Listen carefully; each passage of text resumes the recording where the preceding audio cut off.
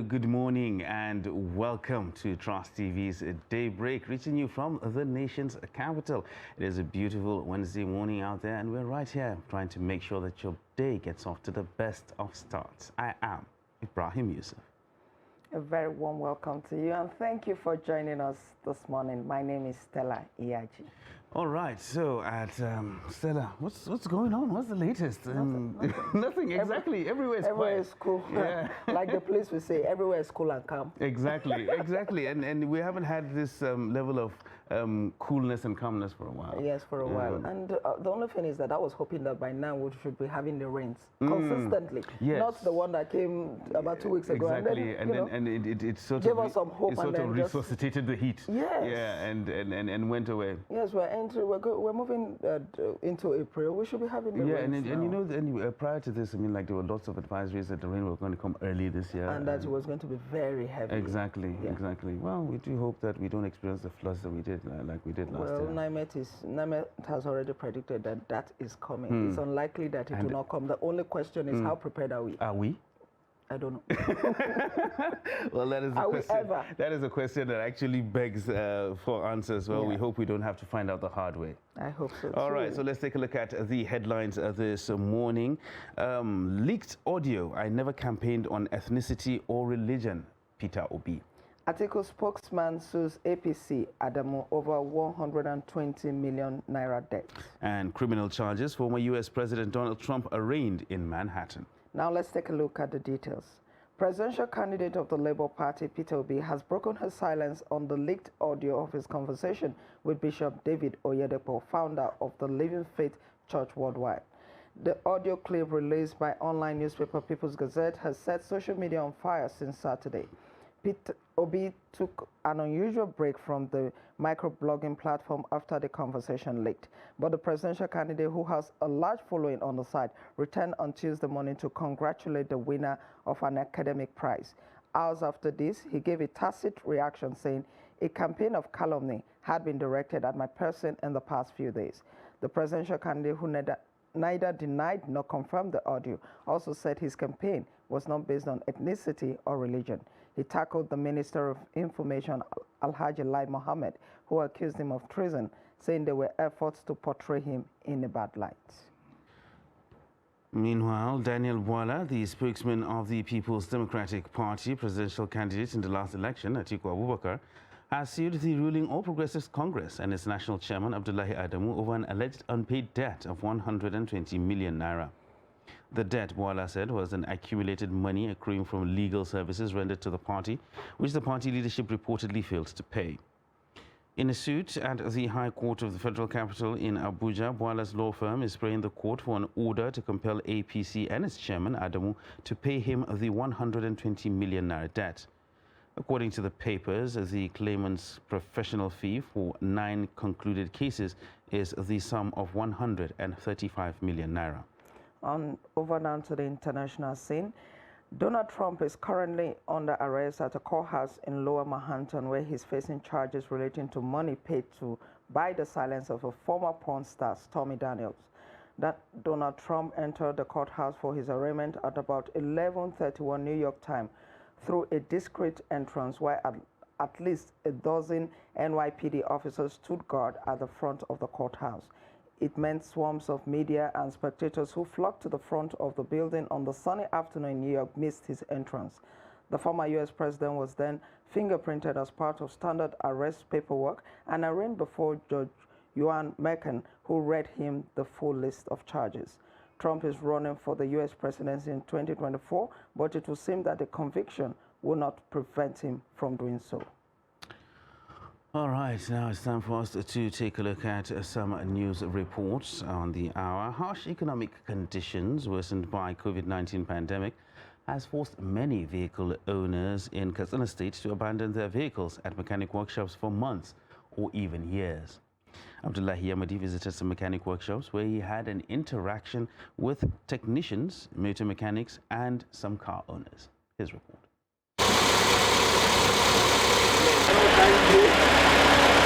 High cost of spare parts, inflation and economic downturn has forced many to surrender and abandon their vehicles either at workplaces, filling stations, mechanic workshops, and even on streets. Many car owners, especially among civil servants, are now resorting to using motorcycles and bicycles as the struggle to keep body and soul together gets tougher by the day. The mechanic workshops have become dumping grounds. Actually, if you take your vehicle to the mechanic, at times if you cannot give them the money they require, they will just leave your car. They will never go for it because you know the situation we are in. Even the mechanic, they are suffering, they are struggling to survive. Some of the technicians and artisans here are concerned about the increasing number of abandoned vehicles, which often become breeding ground for mosquitoes and other dangerous insects. There is a serious concern here. People do bring their cars for repairs, but abandon it because of increase in the price of spare parts or for insufficient money. They abandon it and go for months, sometimes for years. Cars here are exposed to all weather conditions. Sometimes children can scratch it or remove some parts, and owners will want to meet everything intact, which is impossible. Most of the time, we end up in courts. At the end, but the large number of vehicles in mechanic workshops are not only those abandoned due to the harsh economic conditions.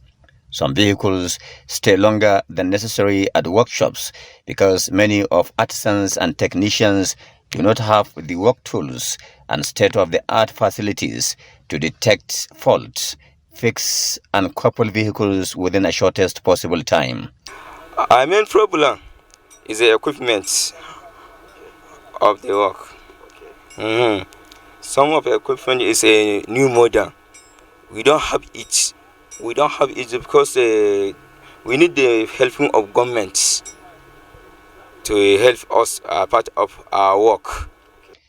The chances that these vehicles may end up in the hands of scrap dealers become higher by the day, and even higher when it becomes clear that some owners do not have a specific time frame within which to fix their vehicles and get them back on the road.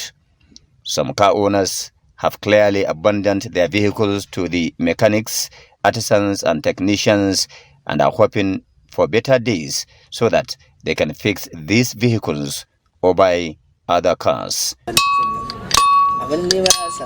Abdullahi Ismayamadi, Trust Television News, Katsina. Thank you, Abdullahi Yamadi, for that report.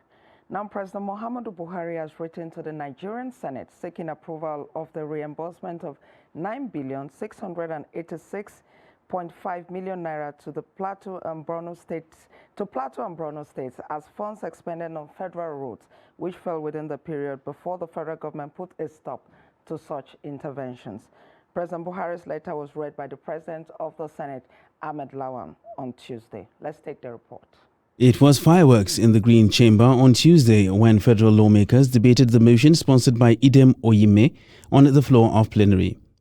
Coming under matters of urgent public national importance, the lawmaker urged the House to condemn the call by some Nigerians for an interim government to douse the tension arising from the outcome of the just concluded presidential election.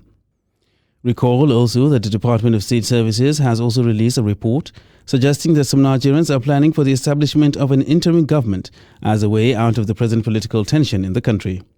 Our democracy is a young one.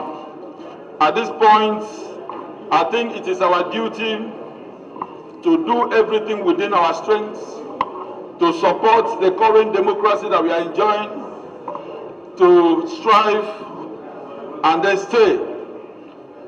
I mean, the people that are making this call, I see them as the enemies of this country. Federal lawmakers were, however, divided, with members of the opposition demanding that the Department of State Services should name names and arrest those behind the plot instead of just alerting the public to such plots. This should not even be an issue that will be dissipating energy on in this house. People are dying every day in this country. Killed by bandits, killed by hunger. Go to hospitals, they cannot be attended to. Children cannot even afford to go to school. We are debating what is not in this house. Do we even have a government in this country?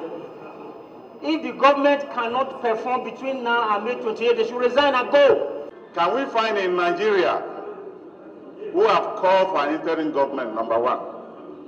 Those ingredients that make the culture of democracy is facts, rule of law. And this National Assembly and zero down to House of Rep is the temple of democracy.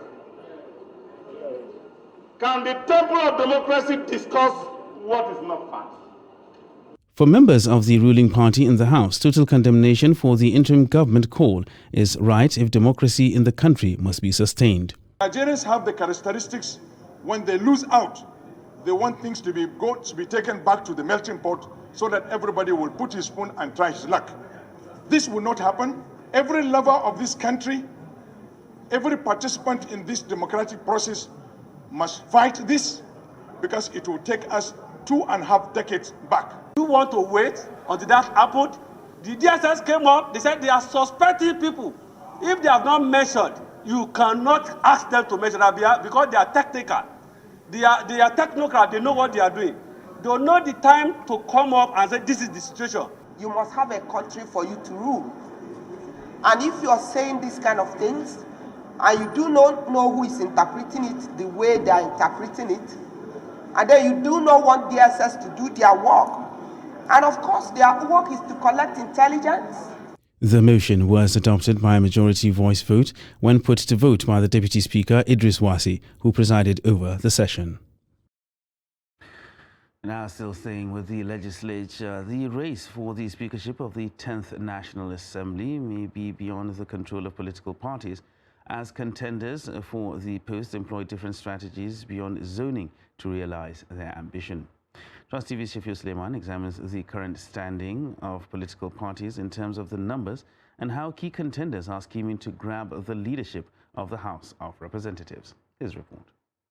Unlike the 9th Assembly, which was dominated by members of the ruling All Progressives Congress (APC) and the opposition People's Democratic Party (PDP), various political parties have won election into the lower legislative chamber, making the ruling party to maintain a slight majority.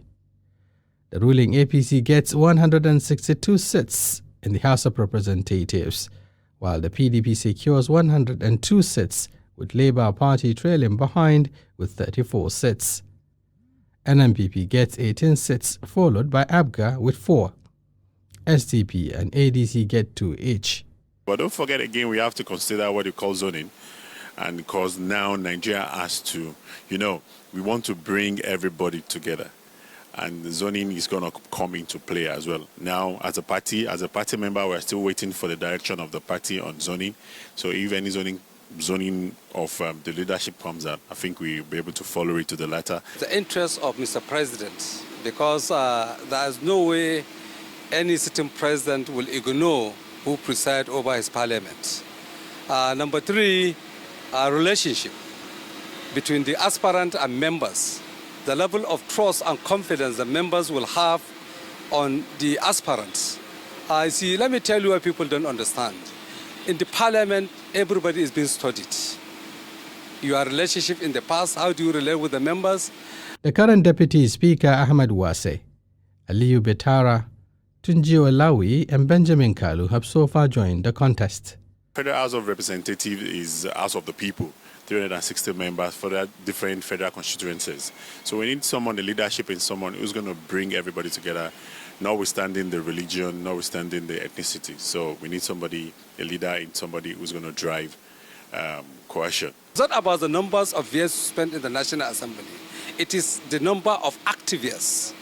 The role you play, one, on the floor, the role you play as committee chairman, and the role you play even during other legislative activities. A careful consideration of the numbers put the APC, with already half of the elected House of Representatives members, in an advantageous position.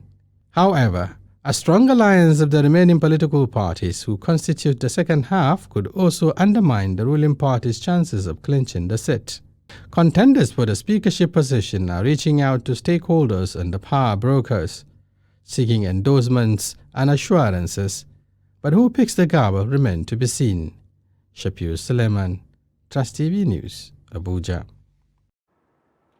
Thank you, Shafir Suleiman, for that report. With that, we'll go for a very short break. When we return, the show continues. Please stay.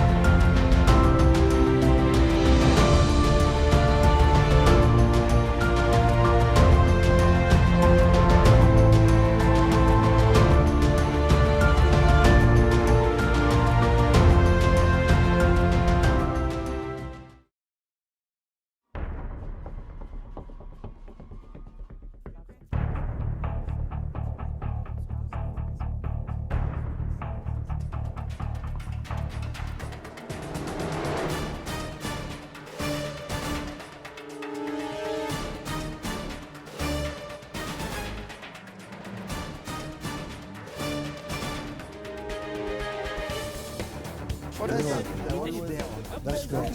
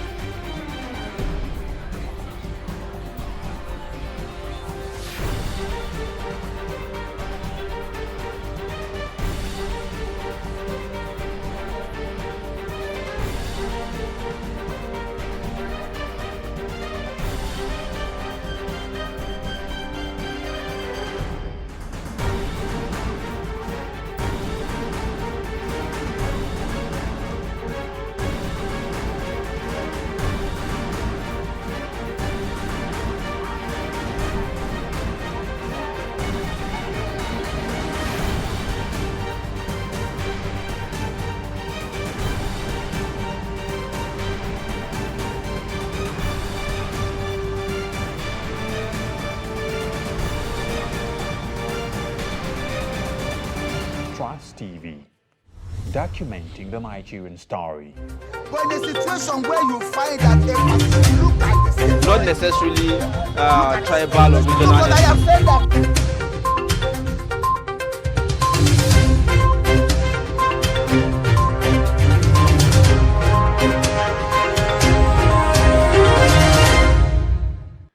Welcome back, and thanks for staying with us on Trust TV's Daybreak. Right now, it's time for us to take a look at the front pages of the newspapers to find out what's making the news this morning. We start with Daily Trust, and the major headline on the front page reads, 2023 polls, FG accuses Obi Detti of treason.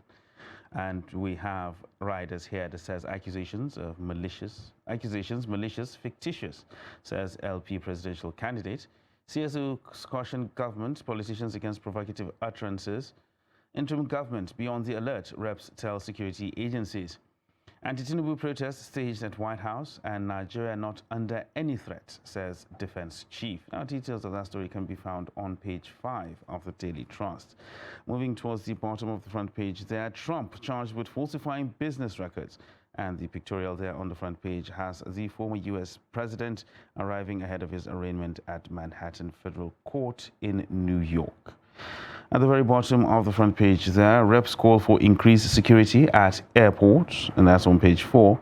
Buhari removes Naseni boss, that is on page 7. And talking about security now, kidnappers abduct 8 students in Kaduna. Details of that can be found on page 6. Moving towards the top of the front page, inflation erodes minimum wage by 41% in 3 years.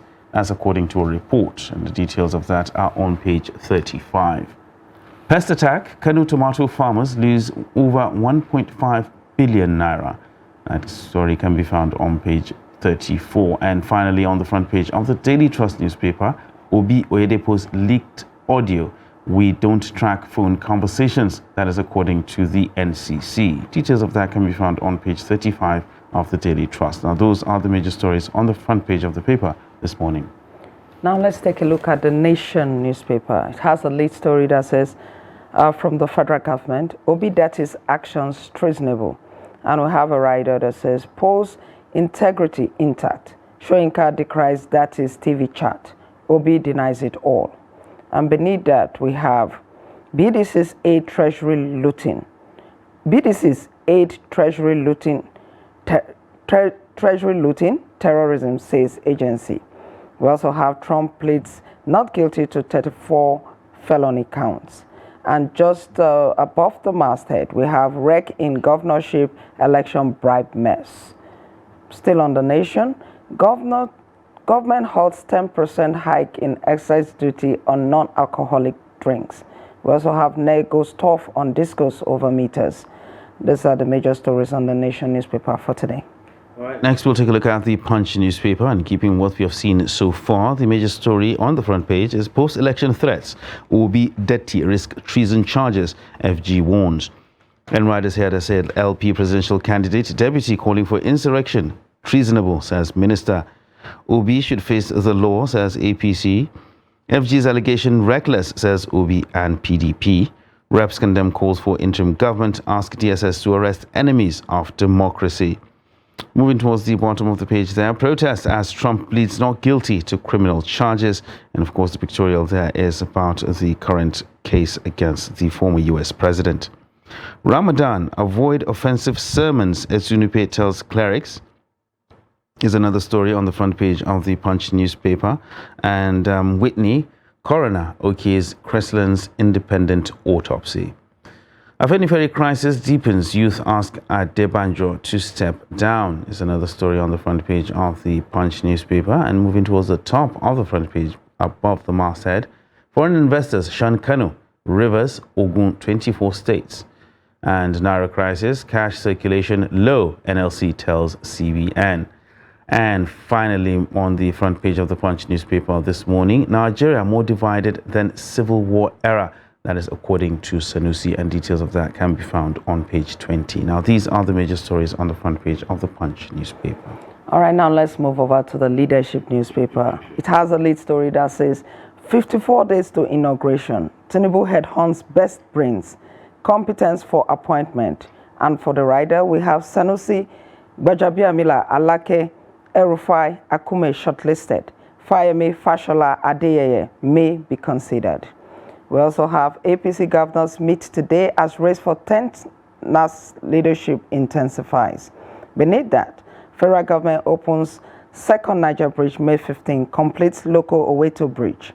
We also have gunmen abducts 8 students, village head's wife, son in Kaduna, Kano. Just above the lead story, we have Obi Deti Ahmed kick over federal government's treason allegation. And still on the leadership, relief as federal government halts planned raise in excise duty on beverages. And just above the masthead, Trump arraigned for 34 criminal charges, pleads not guilty. We also have bandits make fresh 100 million naira demand in Niger. These are the major stories on the Leadership newspaper for today. Well, next we'll take a look at the Guardian newspaper, and the major story is in keeping what we've seen so far. FG, Obi trade accusations on treason charge, and details of that are on page 6. It comes with rider's head. It says Muhammad, Obi finding insurrection, and Obi demarketing me not good for Nigeria. Don't misinform international community, LP cautions Mohammed, and reps condemn interim government plot, task security agencies on vigilance. And still on the front page of The Guardian, test for Nigeria's Themis as Trump faces trial, that is on page 6. And Nigeria's capital inflow buckles under rising risks, monetary tightening. NATO's border with Russia doubles as Finland joins. And these are the major stories on the front page of the Guardian newspaper this morning. And with that, we wrap up reeling out the headlines from the front pages of the newspapers this morning, and we'll go into the analysis of those particular headlines. And of course, to help us with that in the studio, we have a former director news agency of Nigeria, talking about Ben Shemang, retired but not tired. Yes, it's always here to give us the analysis of the headlines. Thank you very much for coming, and good morning. Thank you, but a small correction. Okay. With the Voice of Nigeria. Oh, Voice of Nigeria, yeah, sorry. You said news agency, yes, it's actually so the we Voice have of advertised none. They should pay. They should pay. Yes, I think we should send them. We'll send them an invoice. So welcome to the program this morning. Wow, thank you. All right, so let's delve into the analysis now. Most of the papers are carrying the headline concerning the current back and forth going between the federal government and, of course, the presidential candidates of the Labour Party, and, of course, his vice presidential candidate as well, concerning treasonable or insightful comments that have been making the rounds on the media. What's your take on this back and forth? I think that the two sides are increasing the heat on the political space in Nigeria. Yes, if Obi makes a comment that that is unparliamentary, that hinges on the security, well-being of this country, I think to the federal government with some missiles being sent to him, the two sides do have those you call followers. How do we calm down frayed nerves? Very, very key at this point in time. I was listening to the digital imam on Armed Forces Radio. His own tafsir, he actually based it on, look, we should not profile some religion, we should not profile some individuals or regions, we should not heat up the political barometer. Elections have come, and if there are issues to be settled, and people have gone to court, explore that, so that the issue of meeting in streets should not actually be the practice in Nigeria, because we are seeing what is happening in Kenya.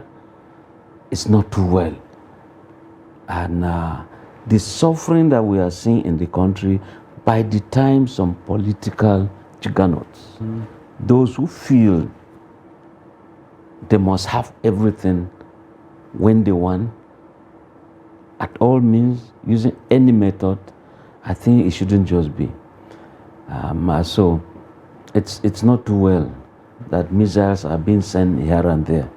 And if we have a gullible followership, by the time people fight in the street because of differences, political, religion, they go and live as a unified group in a camp where people visit them and give them peanuts and say this will not happen again. And it has been a continuing decimal in this country. I think it is time that even what you call maybe post-political summit, post-election summit. We've always been hearing of post-election violence. Can we begin to talk of post-election summit involving all stakeholders, political, religion, all political parties, civil society organizations? Can we come together and chart a new way forward so that those who have been elected will begin to give good governance, rather than you occupy a space, you've been sworn in, and the next thing is always looking back and carrying campaigns, attacking those who indeed who are your opponents, wasting the entire time. But the thing is, Mr. Sherman, the thing is this. After the elections, those who were aggrieved, those who were not comfortable with the results, they approached the court. So a lot of persons are wondering why there's still this forth and back. I mean, the matter is in court, and it was expected that everybody would just wait and allow the courts to decide. Absolutely, you're going to court implies you have elected, you have voted, that you believe in the judiciary. And that's why you went in the first place. And of course, it is a laid-down procedure in Nigeria. It's a democratic culture. It's a norm, it's a practice that should happen.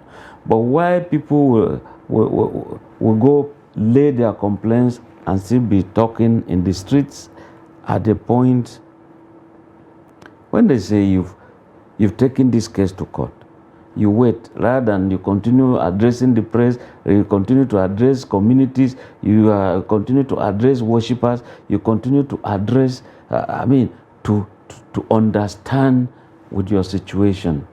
It is common with all the political parties, especially where one feels he's been shortchanged, or like they said, want to reclaim that stolen mandate. It cuts across.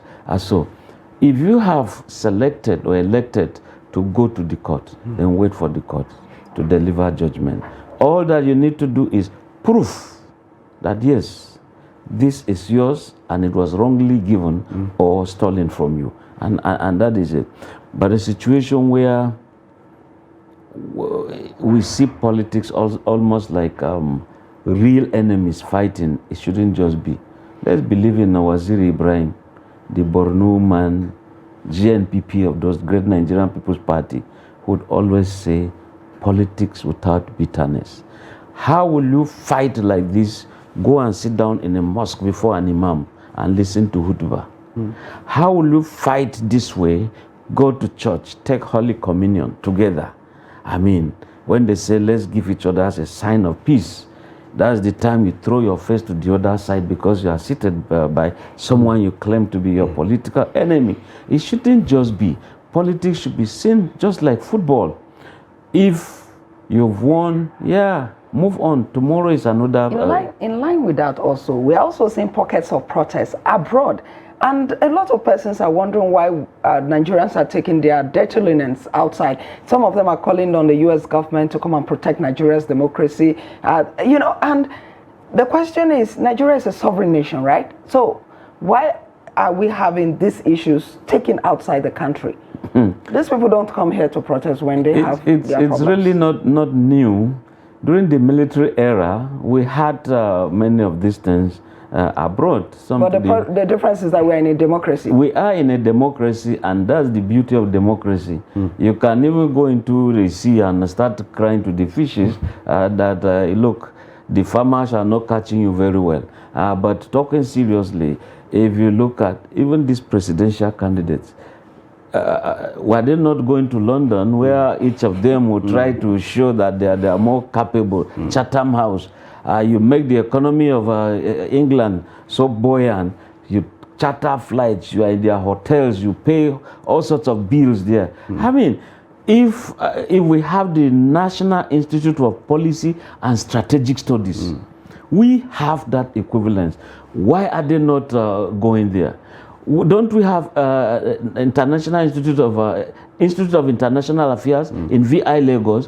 Why are they not going there? If you want to do a debate there, go there. But these people invite you and you think you have the sound credentials. And that's why also some people who feel, okay, you are there to show your credentials, will also go to the environment to puncture those credentials. And that's what we are seeing today. But then, like I said, it's the beauty of democracy. But I think,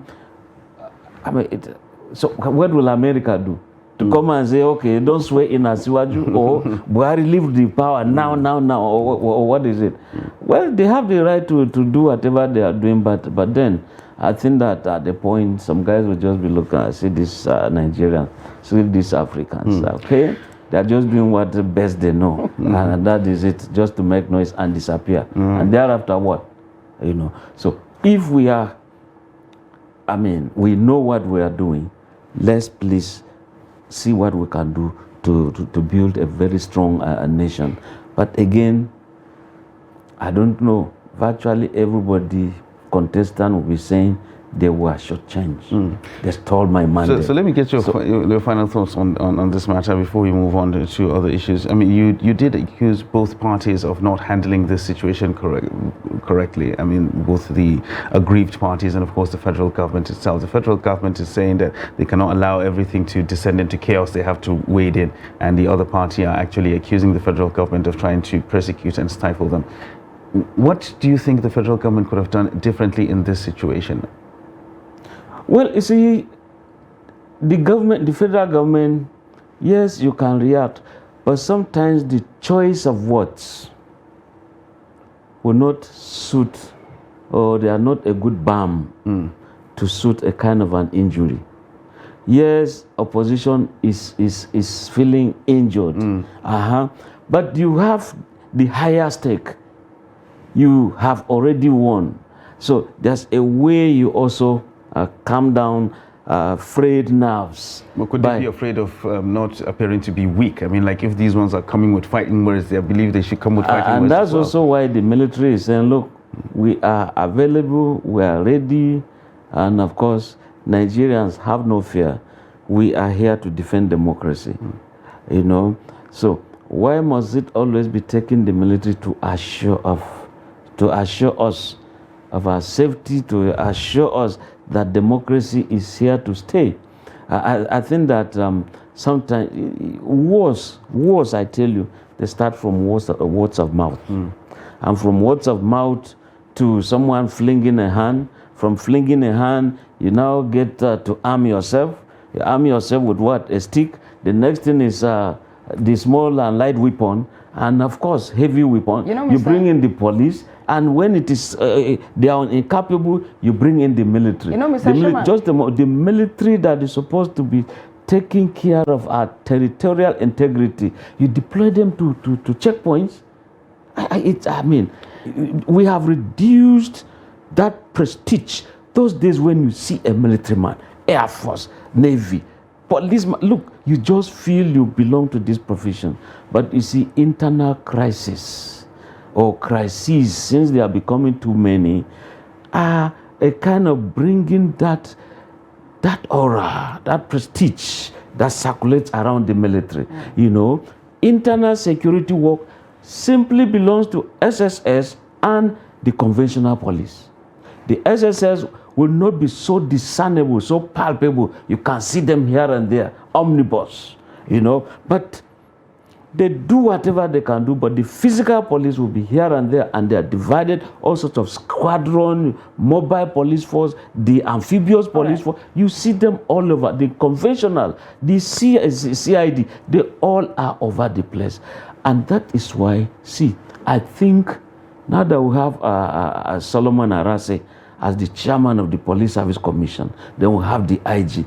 When the presidency is saying every year let's have 10,000 recruits, 10,000. They are busy fighting themselves and going to All right, Mr. Shemat, let's come back to this issue. I'm just wondering, in the over 20 years of the return of Nigeria's democracy, we haven't had this kind of situation where in less than 60 days to swearing in, we're having all of this back and forth. We're having the military trying to assure Nigerians that there's no problem, there will be a swearing in and all of that. We've not had this kind of situation. Why is it so this time? Yeah, you see, when you are transiting, we have been transiting since 1999. Yes, let me tell you the way my thinking of this transition. Look at the transition between Obasanjo, Obasanjo. Then you look at when he was transiting to Yaradua, this thing went down. You didn't see much of this post-election violence. But when it became a kind of transiting from a political party to another, like 2015. Remember the post-election violence, Jonathan versus Buhari. In 2015, sorry, 2007. 2007. 2011. 2011, sorry. There was post-election violence when Goodluck Jonathan succeeded Yaradua. You see, Mr. But Sherman, just there a was moment. post-election But violence, but there was no talk of ING or anything like that. Just a moment. But when Yaradua left the scene, Jonathan came in, there was no wahala, as they say in Nigeria. But the moment Goodluck also realized that he had been defeated and he handed over quietly, there was no wahala. But today we are talking of a transition where some people feel, look, I must be there. 3 big parties. It's like Kwankwaso has mellowed down. He's not talking so much about this presidency. But the other two, PDP, Labour Party, they feel that they've been shortchanged, and that is why their followers are also feeling same. And of course, the government is feeling, look, they've already gained this mandate. It's theirs. They have to protect it. And that's why you see all of this. And some people saying, let there be interim government. Interim government is a novelty. It is strange to the Nigerian constitution. There is no war where Nigeria, the entire country, or almost only 3 states are left not fighting a war. If we have that situation, and even at that, when there's a government in power, I think it does not require an interim government. It does not at all. Well, the sooner this resolves itself, the better for it, so that we can actually focus on governance. Let's move slightly away from that. I've seen. We've talked about this a couple of times on this show, and we're still talking about it again. In the run-up to the elections, maybe it's because of more attention being paid to politics or underreporting or something like that. The cases of insecurity seem to have died down a little bit, maybe because of the cash crunch or something. We really can't ascribe anything to that. But when it finished, after all the politicking and all the elections and everything like that, we're seeing an uptick in cases of insurgency, kidnaps here and there, bandits attacking people. And we're just reading right now on the front page of the Daily Trust that kidnappers abduct 8 students in Kaduna, and I know that's something that's very close to your heart. And why are we seeing this resurgence in these cases of insecurity? Could it have anything to do with the post-election, or the way the polity is actually, the state of the polity as it is? I think that this kidnapping, these recent cases we are seeing, they have nothing to do with post-election violence. But it has, in my own candid opinion, some policies. When Nigeria started this cashless policy, any kidnapper who would kidnap any person would just waste his time, because that person, even if they have the money in the bank, they cannot have it. And at the point they say you can only have 20,000, which you will never get. So why do you waste your time? So you see that cases of kidnapping went down. They had nothing to do with election or post-election violence. If you check to Ibrahim, where were you hearing of armed robbery cases? That armed robbers will now waylay people on the road and dispossess them of money. They knew it was a waste of time. They were never in the highways. Where did you hear of armed robbers knocking in houses? Your money or your life, surrender. You just waste your time. There's no money. All of this had nothing to do with post-election violence. But I trace it to the fact that, you see, people felt that, this thing called human rights, fundamental human rights. I have my money in my bank. Why would MFLA, why would the CBN, why would Buhari begin to say we have to regulate it this way? And therefore, let us, in fact, people went to court, up to Supreme Court, and the Supreme Court ruled, no, it's wrong, CBN, do this, do that. Okay, now that has been relaxed.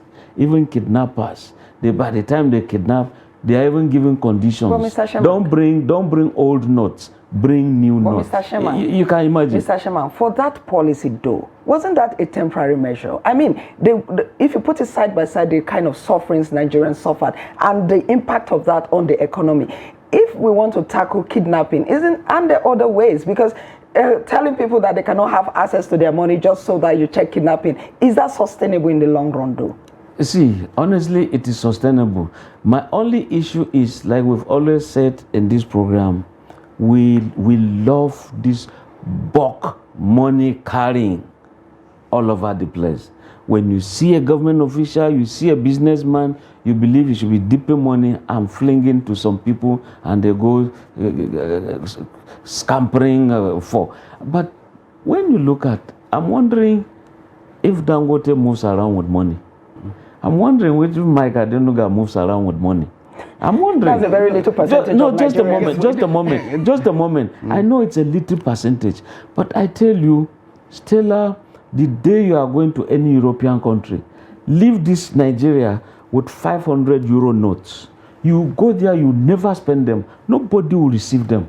They'll say, go put it in your bank and do transfers. But do we have the infrastructure to do that? Because we've seen how these things have failed people. I agree with you. It's the implementation that is wrong. I tell you, it's the implementation that is wrong. If we said, okay, the network is working, and now somebody transfers, and at the other end, they receive. Who says, truly, Ibrahim, work out after this, try these nail cutters. Come, how do I pay you? Say, no. Some are opening accounts. I'm telling you this. So the thing is that it's not easy accepting, imbibing, and holding change. Change must be, and it has to be. If in Nigeria or Africa, rather, we are taking the lead, why not? But if there are things wrong with the implementation, let's begin to look at that. Because it can't just be that we have to be carrying bulky money here and there. And look at the cost of even printing money. In Europe, monies are in the banks, and what do? What moves are just very smaller denominations, and that helps to check inflation. You want to buy bitter cola, the man tells you, okay, it's now 20 naira. And if it's a thing that you say it's 3 naira, he doesn't have change.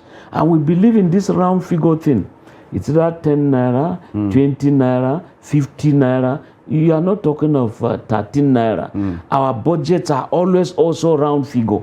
In Europe, you just have point so cent and all sorts of small to the last digit. But with us, it has to be 2 billion, 3 billion. And there are no fractions.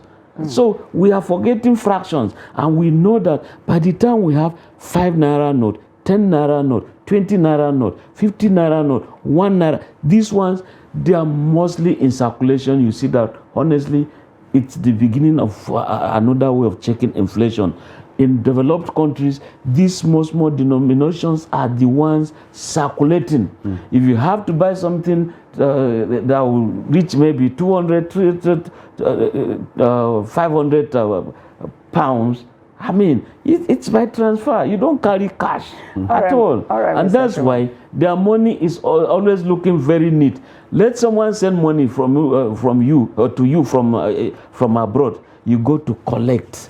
They are giving you dollars. They are giving you euros or pounds. See, in the bank here in Nigeria, they will look for one clean envelope and arrange it for you, seal it, you count, they count it again, and they give you. Why are we not treating the naira that way? Something that will spread on the ground and dance on top. It's not done in developed country. There's still the story on the Daily Trust newspaper. It says, Obi Oyedepo's leaked audio. We don't track phone conversations. This is coming from the NCC. And the reason I raised it is this.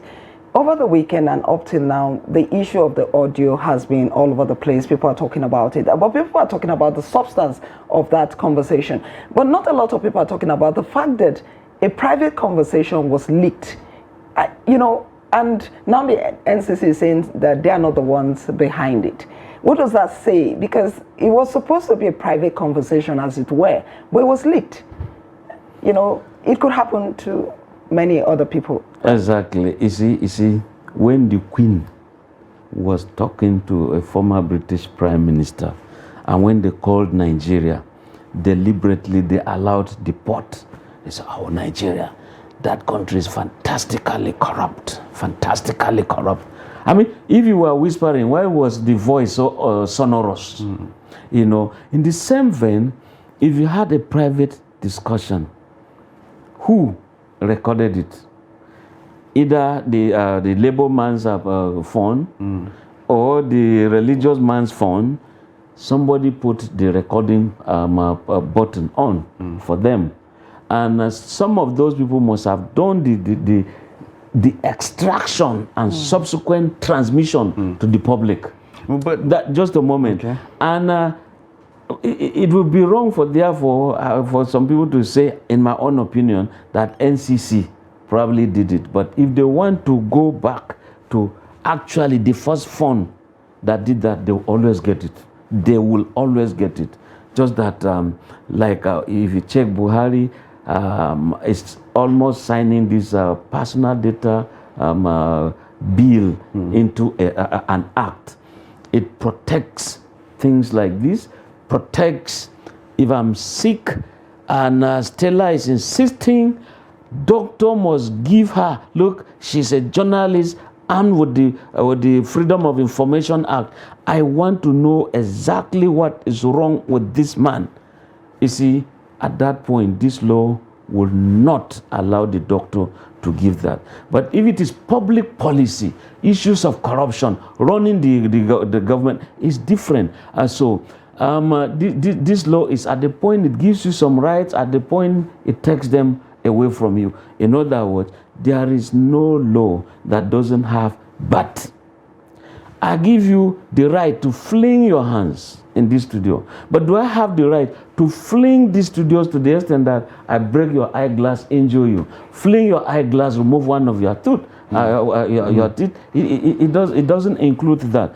So when this Data Protection Act has come to stay, there are some protections that will be there.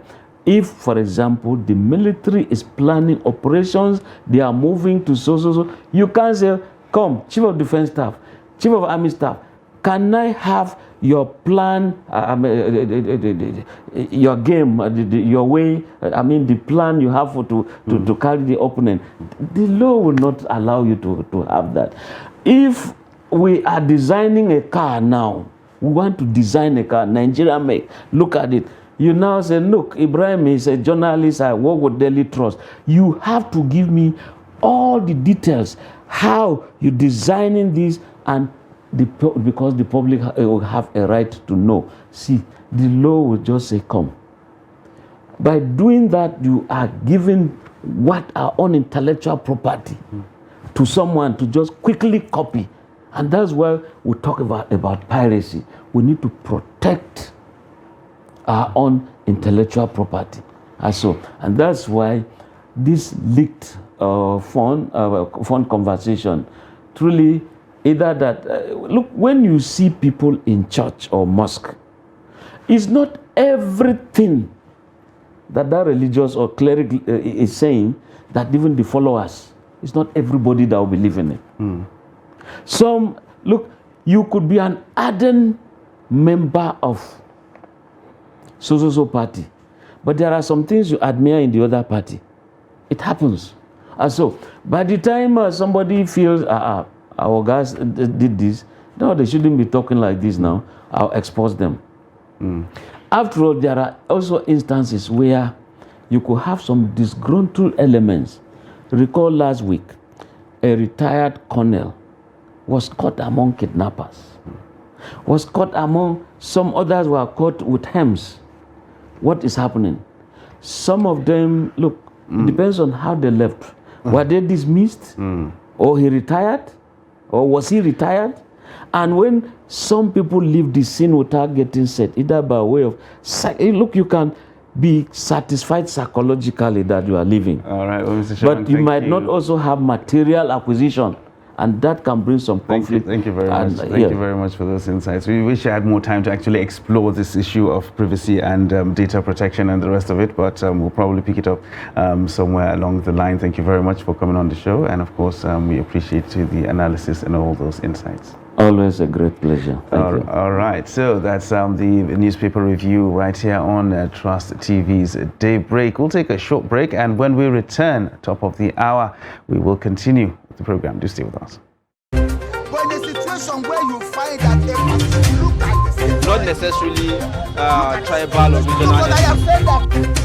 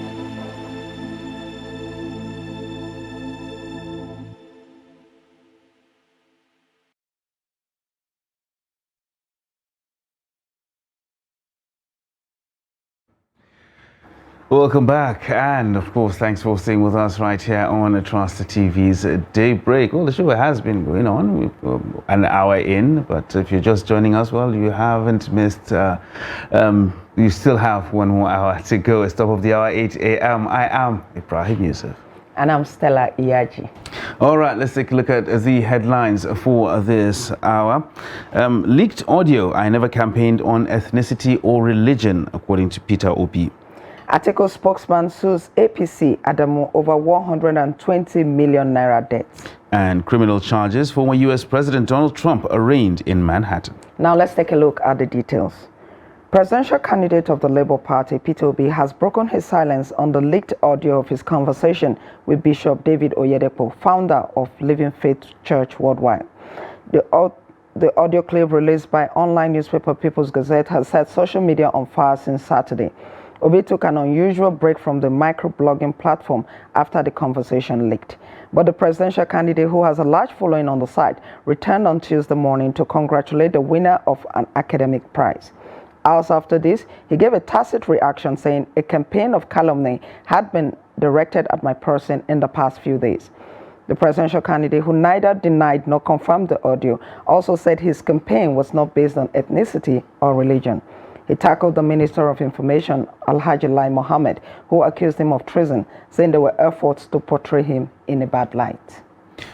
Meanwhile, Daniel Bwala, the spokesman of the People's Democratic Party presidential candidate in the last elections, Atiku Abubakar, has sued the ruling All Progressives Congress and its national chairman, Abdullahi Adamu, over an alleged unpaid debt of 120 million naira. The debt, Bwala said, was an accumulated money accruing from legal services rendered to the party, which the party leadership reportedly failed to pay.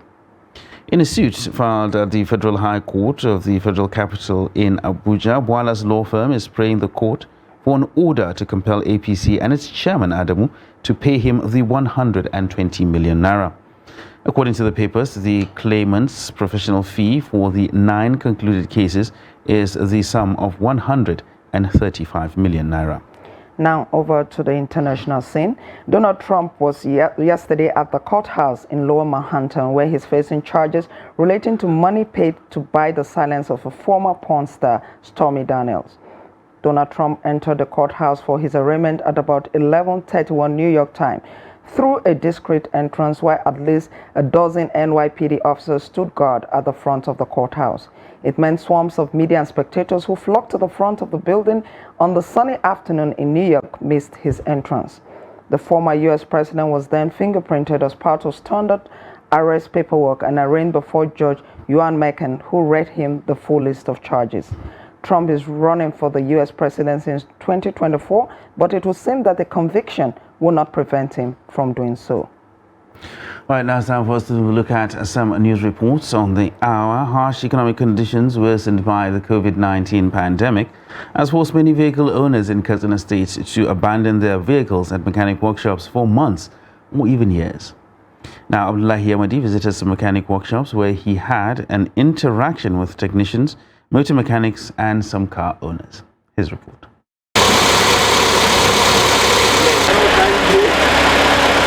High cost of spare parts, inflation and economic downturn has forced many to surrender and abandon their vehicles either at workplaces, filling stations, mechanic workshops and even on streets. Many car owners, especially among civil servants, are now resorting to using motorcycles and bicycles as the struggle to keep body and soul together gets tougher by the day. The mechanic workshops have become dumping grounds. Actually, if you take your vehicle to the mechanic, at times if you cannot give them the money they require, they will just leave your car. They will never go for it because you know the situation we are in. Even the mechanic, they are suffering, they are struggling to survive. Some of the technicians and artisans here are concerned about the increasing number of abandoned vehicles, which often become breeding ground for mosquitoes and other dangerous insects. There is a serious concern here. People do bring their cars for repairs, but abandon it because of increase in the price of spare parts, or for insufficient money. They abandon it and go for months, sometimes for years. Cars here are exposed to all weather conditions. Sometimes children can scratch it or remove some parts, and owners will want to meet everything intact, which is impossible. Most of the time, we end up in courts. But the large number of vehicles in mechanic workshops are not only those abandoned due to the harsh economic conditions. Some vehicles stay longer than necessary at workshops because many of artisans and technicians do not have the work tools and state-of-the-art facilities to detect faults, fix and couple vehicles within a shortest possible time. Our main problem is the equipment of the work. Some of the equipment is a new model. We don't have it. We don't have it because we need the helping of governments to help us part of our work. The chances that these vehicles may end up in the hands of scrap dealers become higher by the day, and even higher when it becomes clear that some owners do not have a specific time frame within which to fix their vehicles and get them back on the road. Some car owners have clearly abandoned their vehicles to the mechanics, artisans and technicians and are hoping for better days so that they can fix these vehicles or buy other cars. Abdullahi Ismayamadi, Trust Television News, Katsina. All right, over now to other news items. President Muhammadu Buhari has written to the Nigerian Senate seeking approval of the reimbursement of 9,686.5 million naira to Plateau and Borno states as part of funds expended on federal roads, which fell within the period before the federal government put a stop to such interventions. President Buhari's letter was read by the President of the Senate, Ahmad Lawan, during Tuesday's plenary. Let's take a look. It was fireworks in the Green Chamber on Tuesday when federal lawmakers debated the motion sponsored by Idem Oyime on the floor of plenary. Coming under matters of urgent public national importance, the lawmaker urged the House to condemn the call by some Nigerians for an interim government to douse the tension arising from the outcome of the just concluded presidential election. Recall also that the Department of State Services has also released a report suggesting that some Nigerians are planning for the establishment of an interim government as a way out of the present political tension in the country. Our democracy is a young one. At this point, I think it is our duty to do everything within our strength to support the current democracy that we are enjoying, to strive and then stay. I mean, the people that are making this call, I see them as the enemies of this country. Federal lawmakers were, however, divided, with members of the opposition demanding that the Department of State Services should name names and arrest those behind the plot instead of just alerting the public to such plots. This should not even be an issue that will be dissipating energy on in this house. People are dying every day in this country. Killed by bandits, killed by hunger. Go to hospitals, they cannot be attended to. Children cannot even afford to go to school. We are debating what is not in this house. Do we even have a government in this country? If the government cannot perform between now and May 28, they should resign and go. Can we find in Nigeria who have called for an interim government, number one? Those ingredients that make the culture of democracy is facts, rule of law. And this National Assembly and zero down to House of Rep is the temple of democracy. Can the temple of democracy discuss what is not fact? For members of the ruling party in the House, total condemnation for the interim government call is right if democracy in the country must be sustained. Nigerians have the characteristics when they lose out, they want things to be taken back to the melting pot so that everybody will put his spoon and try his luck. This will not happen. Every lover of this country, every participant in this democratic process must fight this because it will take us 2.5 decades back. You want to wait until that happened? The DSS came up, they said they are suspecting people. If they have not measured, you cannot ask them to measure that because they are technical. They are technocrats, they know what they are doing. They don't know the time to come up and say this is the situation. You must have a country for you to rule. And if you are saying these kind of things, and you do not know who is interpreting it the way they are interpreting it, and then you do not want DSS to do their work, and of course their work is to collect intelligence. The motion was adopted by a majority voice vote when put to vote by the Deputy Speaker Idris Wasi, who presided over the session. Still staying with the legislature, the race for the speakership of the 10th National Assembly may be beyond the control of political parties, as contenders for the post employ different strategies beyond zoning to realize their ambition. Now, Trust TV's Shafir Suleiman examines the current standing of political parties in terms of the numbers and how key contenders are scheming to grab the leadership of the House of Representatives. His report. Unlike the 9th Assembly, which was dominated by members of the ruling All Progressives Congress (APC) and the opposition People's Democratic Party (PDP), Various political parties have won election into the lower legislative chamber, making the ruling party to maintain a slight majority. The ruling APC gets 162 seats in the House of Representatives, while the PDP secures 102 seats, with Labour Party trailing behind with 34 seats. NMPP gets 18 seats, followed by ABGA with 4. SDP and ADC get 2 each. But don't forget again, we have to consider what you call zoning. And because now Nigeria has to, we want to bring everybody together. And zoning is going to come into play as well. Now, as a party member, we're still waiting for the direction of the party on zoning. So if any zoning of the leadership comes out, I think we'll be able to follow it to the letter. The interest of Mr. President, because there is no way any sitting president will ignore who preside over his parliament. Number 3, relationship between the aspirant and members. The level of trust and confidence the members will have on the aspirants. Let me tell you what people don't understand. In the parliament, everybody is being studied. Your relationship in the past, how do you relate with the members? The current Deputy Speaker Ahmed Wase, Aliyu Betara, Tunjio Lawi and Benjamin Kalu have so far joined the contest. Federal House of Representatives is House of the People, 360 members for the different federal constituencies.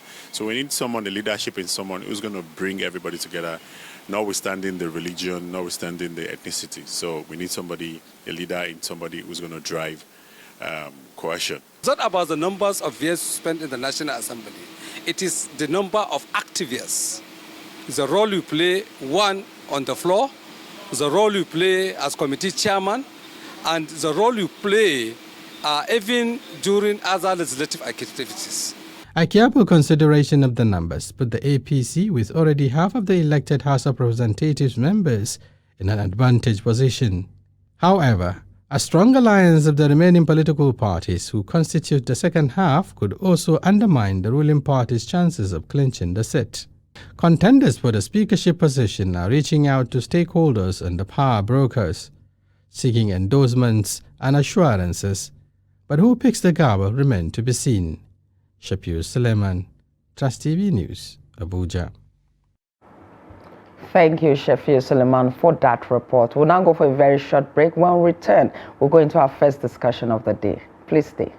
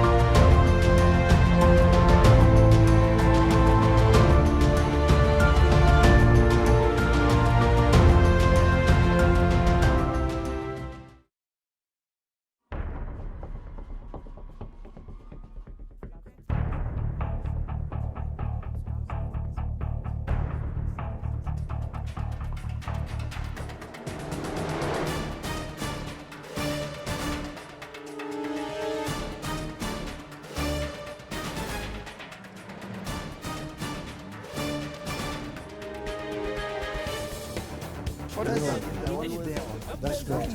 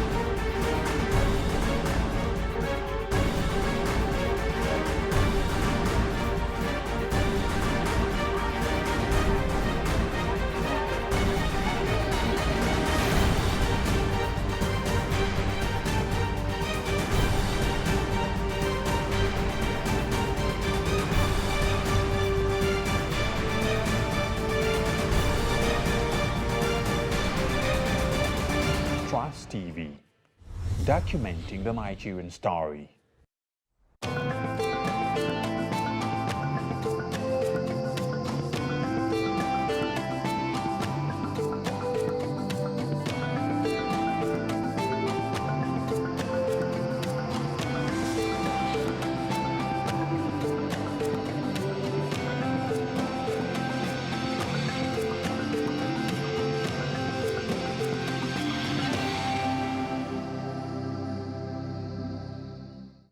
Welcome back, and thanks for staying with us right here on Trust TV's Daybreak. Right now, it's time for us to take a look at our first discussion of the day.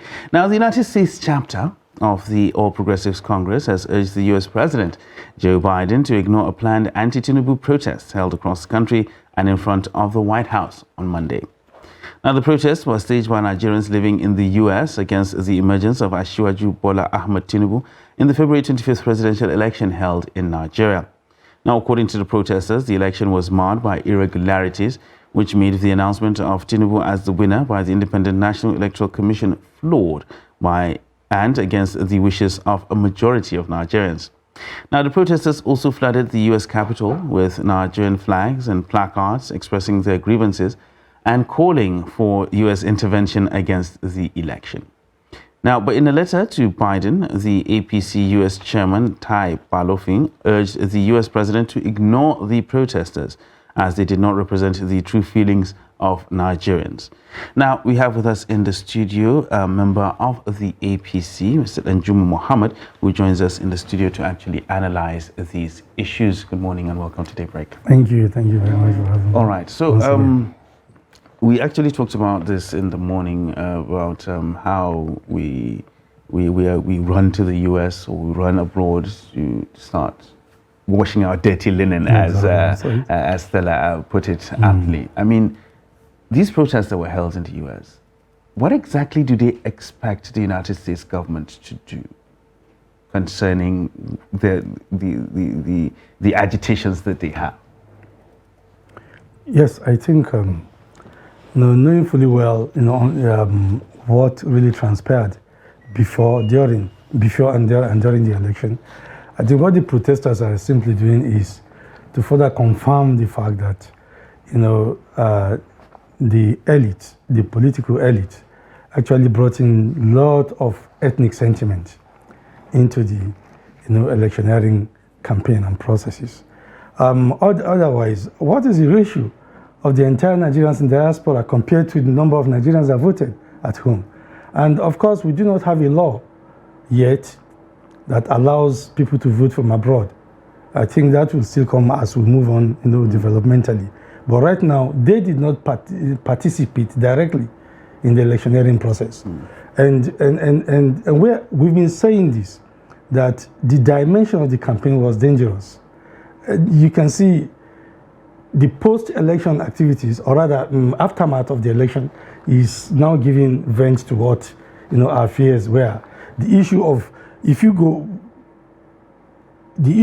having lot of reference to ethnicity, religion.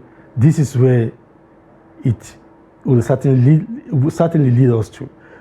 They did not, particularly talking about the LP and the LP candidate now, Peter Obi, they did little in preparing to win this election.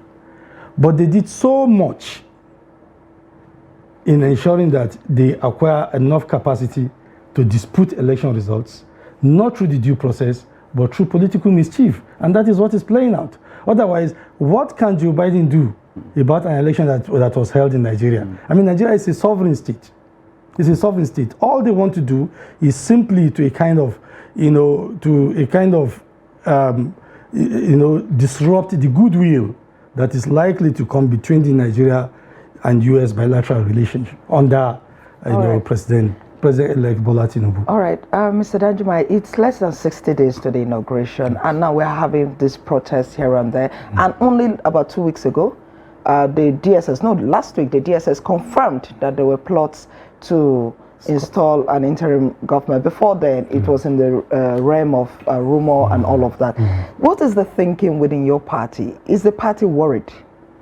Yes, the party is worried to the extent that, only to the extent that, you see, political elites that ought to know better are displaying irresponsibility, moral irresponsibility, and constitutional criminality by calling for the ING. Yes, after that, we are not worried, other than the fact that we are in government and we are being assured by the security arms that all is well.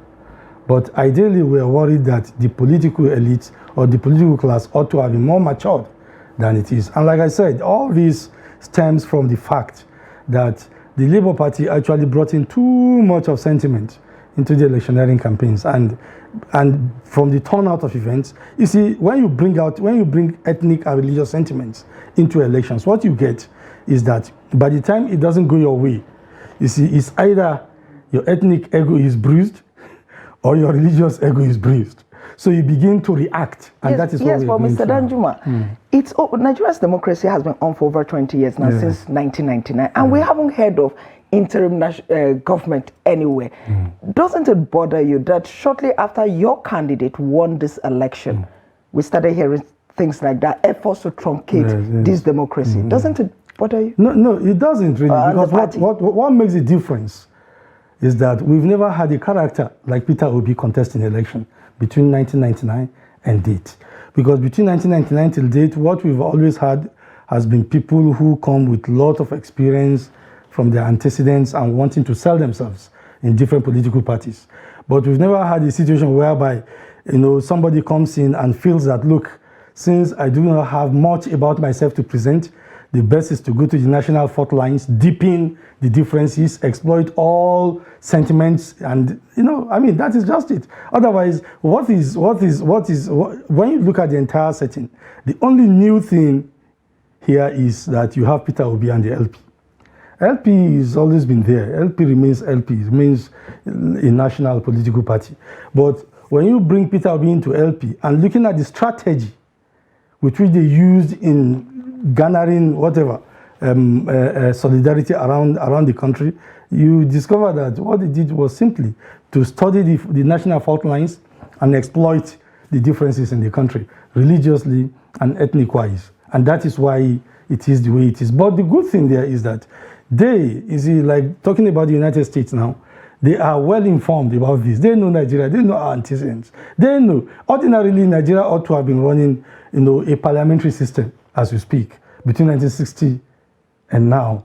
1960 and exactly, well, it was intercepted in 1966, an unnecessary military coup, and which equally stemmed from the fact that an ethnic group or some ethnic groups want to, you know, get power by the use of force. So it's been like that. But one thing I know very sure is that this is 21st century democracy. I mean, the forces of democracy within and outside Nigeria will certainly ensure that these shenanigans do not succeed. All right. So just to put another spin on on Stella's question, when you go to when you read some certain pages on social media and you read the news coming in from certain quarters, there are lots of chest beating and all that coming from the opposition. And if you look at that, as far as they're concerned, the APC is actually quaking in their boots at the moment. Is that the situation? What is the feeling within the party concerning all these challenges that are coming in, both from the courts or within and outside the protests and everything? What is the feeling within the party? Yes, the feeling of the party is that is a ranting of bad losers. This is the truth. We are very, very much comfortable with ours. In fact, the president-elect is right at this moment at the peak of the formation of his government. He is not distracted. The party is not distracted. You see, one thing with the social media, and which has done a lot of damage to the psyche of the Nigerian youth, is that, you see, you have so many people exercising authority without responsibility. Everybody suddenly becomes journalist. You sit down within the confine of your room and then maybe fake a news and then throw it out there. And simply because it is in tandem with some other people's desire, they carry it and share it around.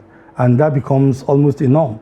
It's unfortunate. But having said that, you see, we do know that what you see on the social media does not realistically, you know, a kind of manifest in the Nigerian society. I mean, if ordinarily you look at the social media 3 months before election, of course you will say Obi has won, because we had a barrage of opinion polls coming from different places, giving it to Obi, every opinion polls giving it to Obi. At the end of the day, the first exercise, which was the submission of the list of party agents, to INEC for accreditation, Obi or Labour Party submitted just 47 out of 177,000. No, I think they had a deficit of 47,000. They submitted 120 something.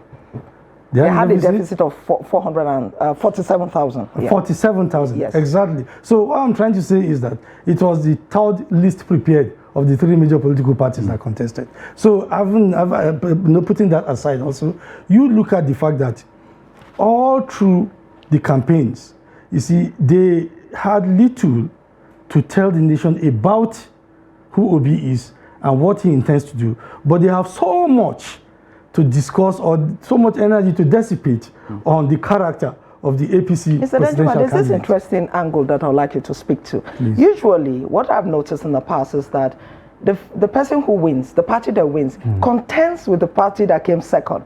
In this instance, your party is contending with the party that came third. Because I do know the PDP came second. Exactly.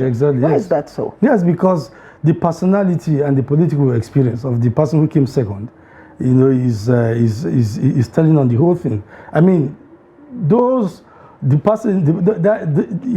fellow who came third in the election, like I said, happens to be the most inexperienced of the contenders, and the most, I would say almost unruly. Let me use that language, because you cannot be in court and still protest at the same time. I mean, it's not a norm in a democracy, because the protest could be hijacked, and before you know it will lead to a breakdown of law and order.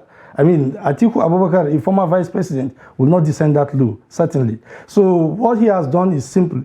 He has gone to court, so he's waiting for the court. It's the legal process and procedure for addressing or disputing election results. Waiting for the court to arrive at its own conclusion before he now brings out his own political opinion. But the other fellow that is talking of Obi is highly inexperienced and highly unruly. In fact, has little regard for the democratic process. He was governor for 8 years.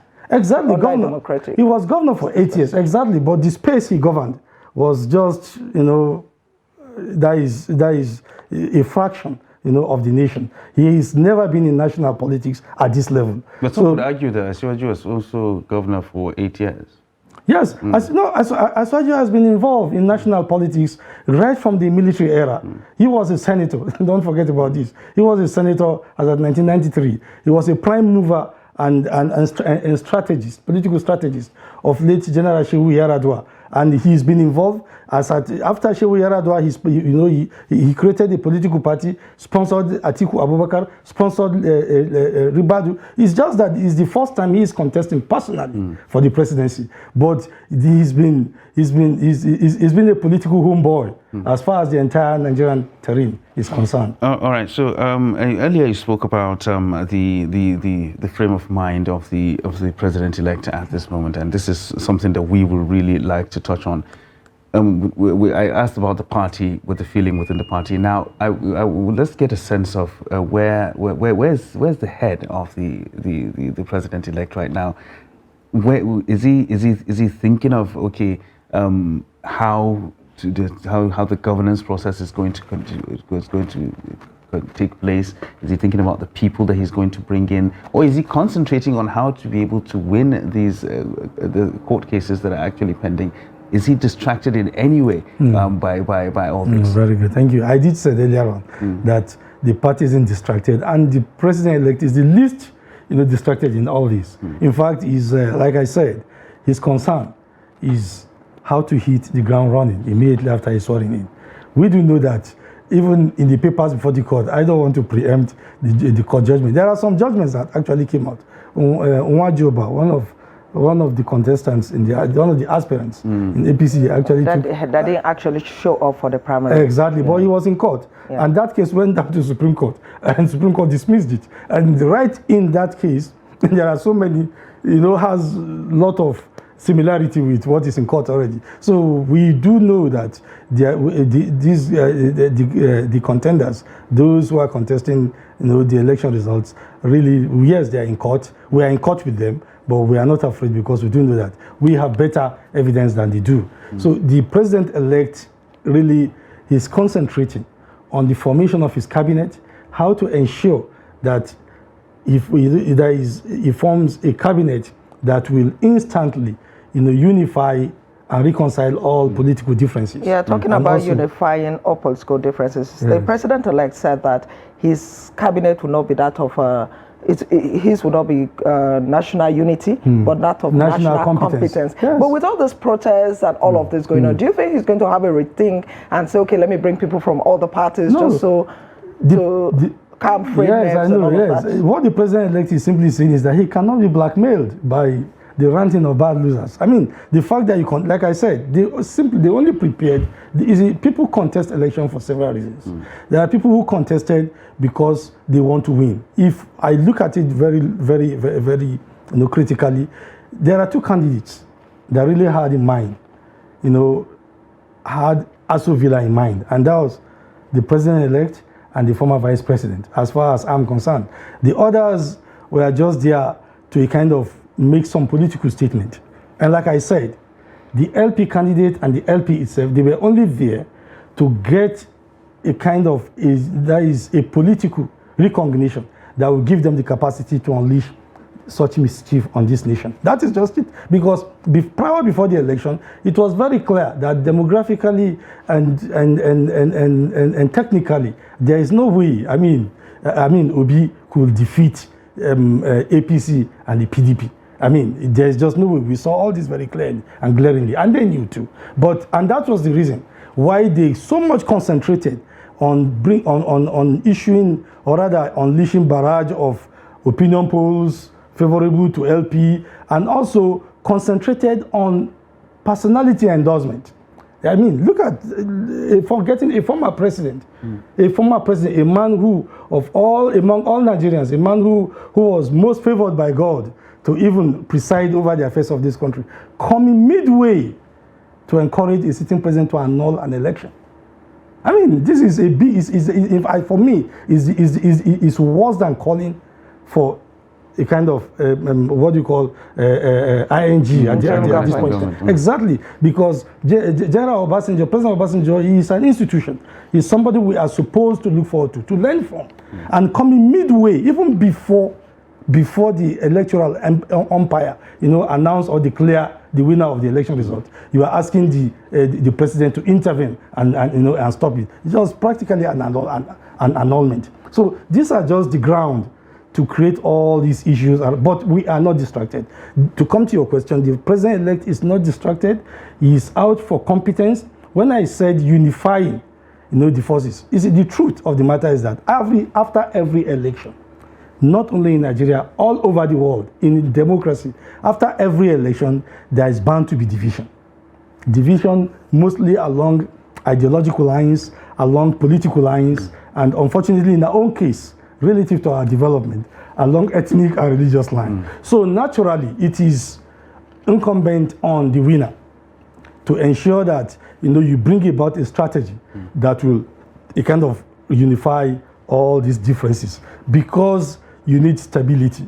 And without the stability in polity, your policy will not work well. That is it. All right, so let me just jump through this window that you opened right now. You talked about the divisions that we have after every election.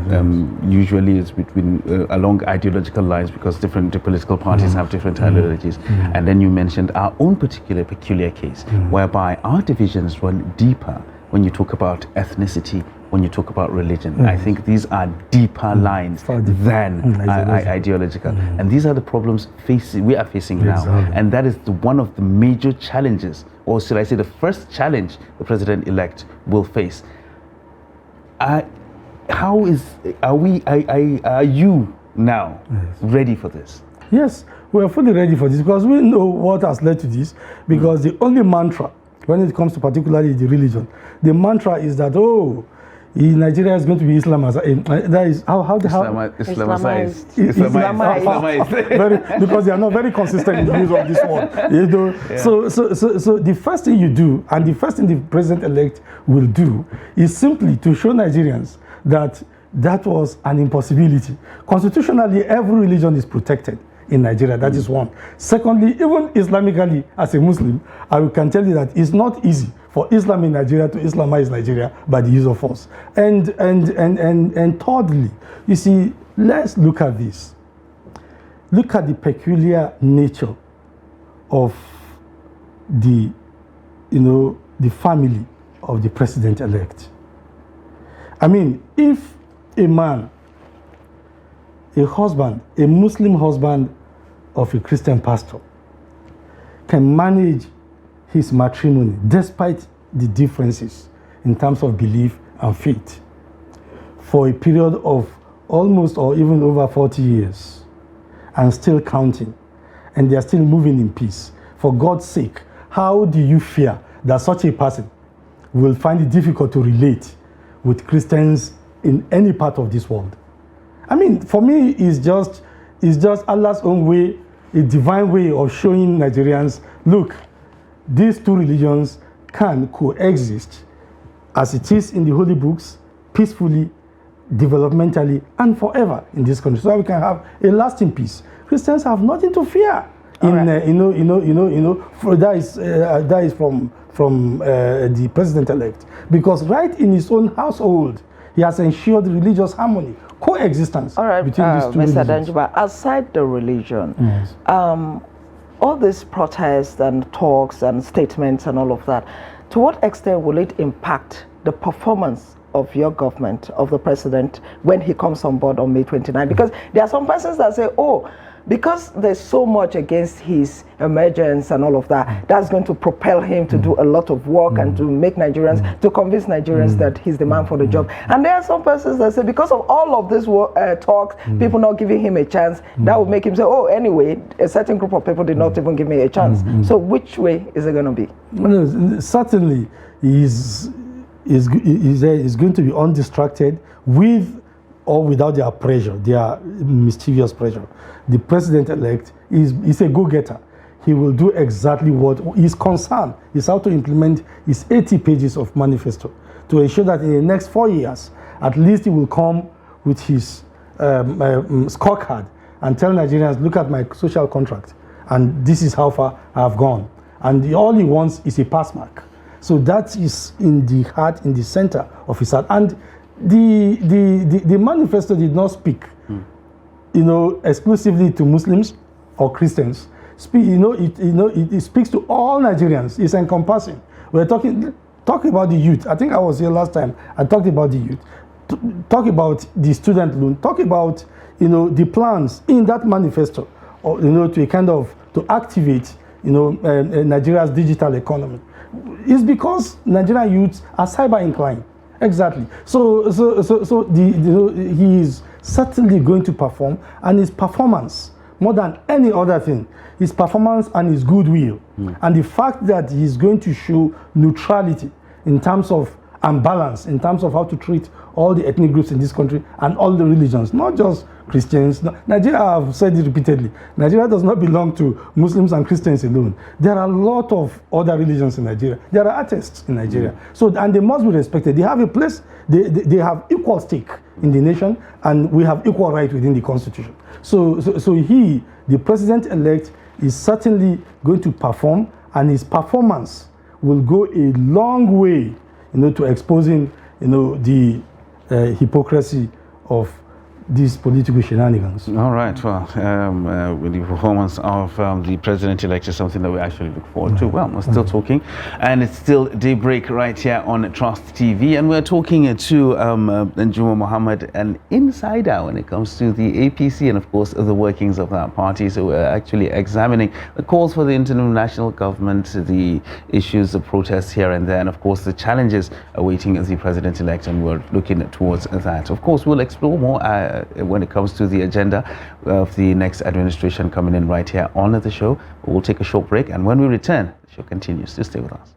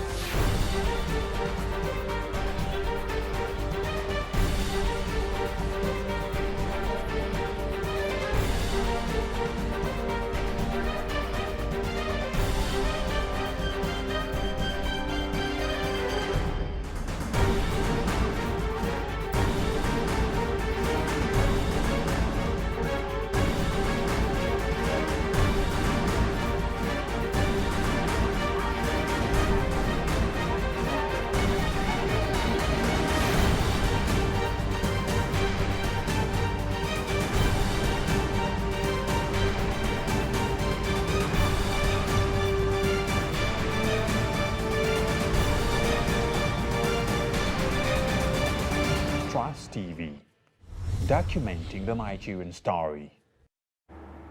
Welcome back. You're still tuned to Daybreak, reaching you live from the nation's capital. Before we went on break, we were talking to Honorable Danjuma Mohammed, and he's still here with us. It's an integral part of the APC, and he's been giving perspective to some of the issues going on ahead the inauguration slated for May 29, 2023. So, Mr. Danjuma, you were talking about some of the issues that have been going on, and then I wanted to ask you, there's a new law now that says that every president must have his nominees within 2 months upon swearing in. He must have the name sent to the National Assembly. And in one of the papers today, I saw some names being bandied around as some of these potential nominees. Is that something that you're aware of? And has the president-elect started putting together his team? Yes, the last time I was here, I told you, and I still remain on the on that the president-elect is so experienced and so immersed into Nigeria's political system that at any point in time, even in his sleep, can be woken up to bring his list, and he will make it, right there. So he has his idea of those who are to work with him, and he's there putting these ideas together, and he will submit it in record time to the National Assembly. Because I want to believe that if the law will even come back and say submit 2 or 3 days before swearing in, I mean, Mr. President-elect will submit 10 days before swearing in. He's bomb ready. I mean, to use that American metaphor. But the names that you see on this, yes, some may make it, some may not, but these are not authoritative. We still have to wait for the president-elect. He has his list, and he has his men, and he has his mind. Talking about putting names together and all of that, yes. What is the exact position of the APC on the leadership of the National Assembly, especially the Senate? I saw today that there's going to be a meeting today on the leadership. What is the thinking of the party? Where is it heading towards on this issue? Yes, the party is united as far as that is concerned. In fact, the president-elect, before he left the country, made sure he did 1 or 2 consultations, even with all the senators and House members-elect, to ensure that a repetition of the Saraki Gate does not does not manifest this time around. So the truth of the matter is that, yes, naturally you find people here wanting to contest here and there, but the party is fully involved and working along with receiving the advice from the president-elect also and his own team to ensure that at least all party principals that are talking about the National Assembly chairman, who is the Senate president, and the Speaker House of Reps, all do emerge from the party and within the party caucus decisions, not the other way like it was being done Saraki, Ekweremadu, and yes, exactly. Right, that difference is, we do not have that differences. So the truth of the matter is that this time around, the party is united, solidly united. And I want to believe that by the time the party comes out with its final decision on the zoning, every officer will key in. Because that was a question I was going to ask. I mean, because when you start talking about things internally when it comes to parties now in Nigeria, one of the major things is the zoning issue. Yes. So has the party settled on a particular zone when it comes to the leadership of the respective houses? No, it has not been officially made known. Okay. Yes, that will come from the mouthpiece of the National Working Committee. Unofficial. Certainly, there are all political horse trading and all that. But certainly, party decision will be made known by the mouthpiece of the National Working Committee. Well, Mr. Danjuma, as you know, from the primaries, there were people that were aggrieved. Yes. Those ones are on one side. Yes. Some of them, their grievances have not been tackled. And then from this, if not managed properly, there will be some aggrieved persons. Now, your party itself, how well positioned is it to tackle these grievances, considering that a crisis is brewing within your party?